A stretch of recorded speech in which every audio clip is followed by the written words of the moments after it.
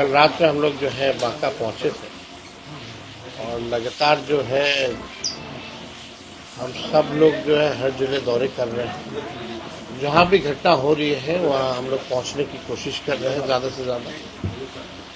और आप सब लोगों को जानकारी भी मिली होगी जो शहीद हुए हैं उनके परिजनों से भी लगातार हमारी मुलाकात हो रही है और जो बल हो पा रहा है वो हम लोग कर रहे हैं। आर्थिक मदद भी हम लोग कर रहे हैं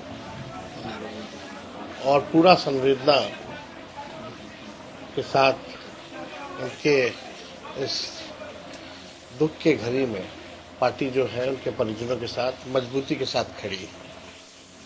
और इसी सिलसिले में आज बांका हम लोग कल रात में हम लोग पहुंचे और आज जो हादसे हुए हैं बांका जिला में आप सब लोग जान रहे होंगे कि जो बस में लोग ऊपर बैठे थे करंट लगने से बेहद गरीब परिवार की जो है कि लोगों की जान चली गई।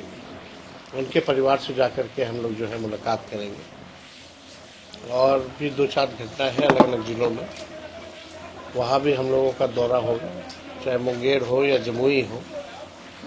वहाँ भी जो पीड़ित परिवार है उन सब लोगों से हम लोगों की मुलाकात होगी।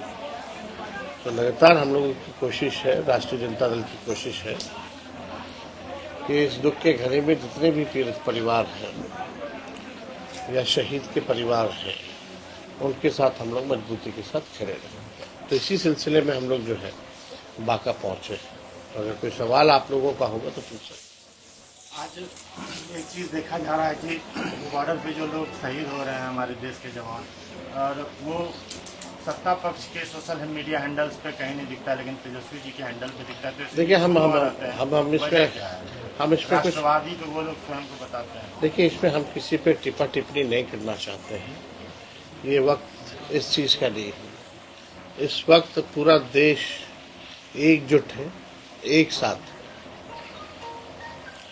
जिस प्रकार से वीर बहादुर सेना के जवानों ने जो शहादत दी है,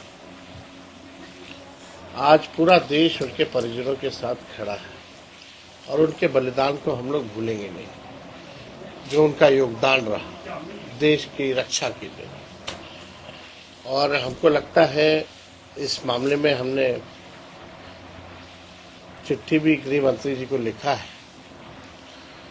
सिर्फ आर्मी के जवान नहीं बल्कि बीएसएफ के जवान, पैरामिलिट्री के जवान, उन्होंने भी शहादत दी है।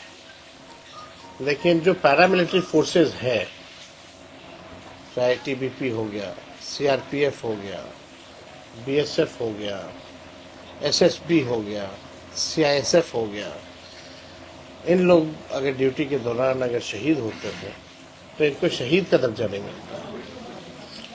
और आपने भी देखा होगा कि जो ऑपरेशन सिंदूर चल रहा था उसमें पैरामिलिट्री फोर्सेस के लोग भी जवान जो है शहीद हुए। तो हम लोगों की मांग है और सब लोगों की चाहत है, पूरा देश चाहता है कि ऐसे पैरामिलिट्री फोर्सेस के जवानों को भी शहीद का दर्जा जो है दिया जाए।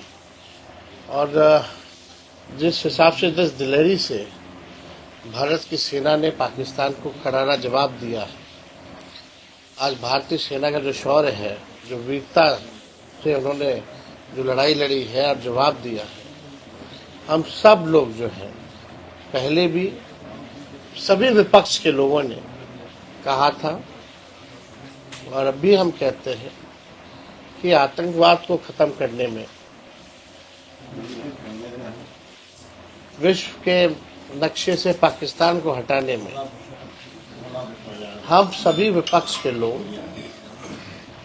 भारतीय सेना के साथ खड़े हैं और सरकार के साथ खड़े हैं। इसमें कोई किसी को एक बट और कंफ्यूजन होने की जरूरत नहीं है। लेकिन हाँ, दूसरी तरफ देश चाहता भी है और लोगों की इच्छा भी है जानने की कि जो पुलवामा में जो हुआ उस पे अब तक क्या हुआ है। आज उन जवानों को भी लोगों को जो शहादत जिन्होंने दी थी उस समय, लोगों को सूद लेने की ज़रूरत है, उनके परिवार के लोगों की सूद लेने की ज़रूरत है। और हम सब लोग चाहेंगे कि भारत जो है, अभी तो आप सब लोगों को पता है कि भारत के जितने भी मेंबर ऑफ पार्लियामेंट्स वगैरह थे वो अलग अलग टीम डेलीगेशन में गए, उसमें आरजेडी के भी प्रतिनिधि गए। तो हम सब लोग इस मामले में एक हैं। और कोई सवाल नहीं ना? सर, विधानसभा में जो है आपका उपचुनाव से पहले बहुमत रहा, उसके बावजूद जो है आप लोग सरकार में रहे नीतीश कुमार के साथ और विशेष राज्य का दर्जा नहीं मिल पाया। अभी वो जो है बीजेपी के अलायंस में विशेष राज्य का दर्जा नहीं मिल पा रहा है, इस पर क्या कहेंगे?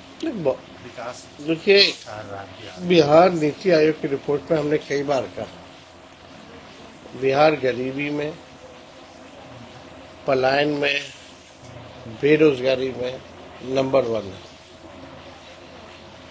यहाँ कारखाना नहीं है, यहाँ फैक्ट्री नहीं है, यहाँ निवेश नहीं है। प्रति व्यक्ति आय भी बिहार जो है सब राज्यों से पीछे है। अच्छी चिकित्सा या अच्छा शिक्षा लेने के लिए भी लोगों को बाहर जाना पड़ता है। जो बेसिक नीड ऑफ सोसाइटी है, पढ़ाई है, दवाई है, कमाई है, सिंचाई है, इन सब में हम पीछे हैं। और 20 साल से सरकार है, एक ही व्यक्ति मुख्यमंत्री है, केंद्र में इनकी 11 साल से सरकार है और अब तक ये स्थिति है बिहार की। तो बिहार की जनता इस बार बदलाव चाहती है और जरूरी भी है। जिन लोगों को 20 साल मौका मिला, 11 साल मौका मिला, उन्हीं के सरकार के नीति आयोग की रिपोर्ट में अगर ये स्थिति है तो बिहार की जनता इस बार गंभीर है और बदलाव करेगी। सर, नीतीश कुमार से मिलने चिराग पासवान बिहार को आत्मीय दिखाने आए थे, क्या नजरिया है राजद का?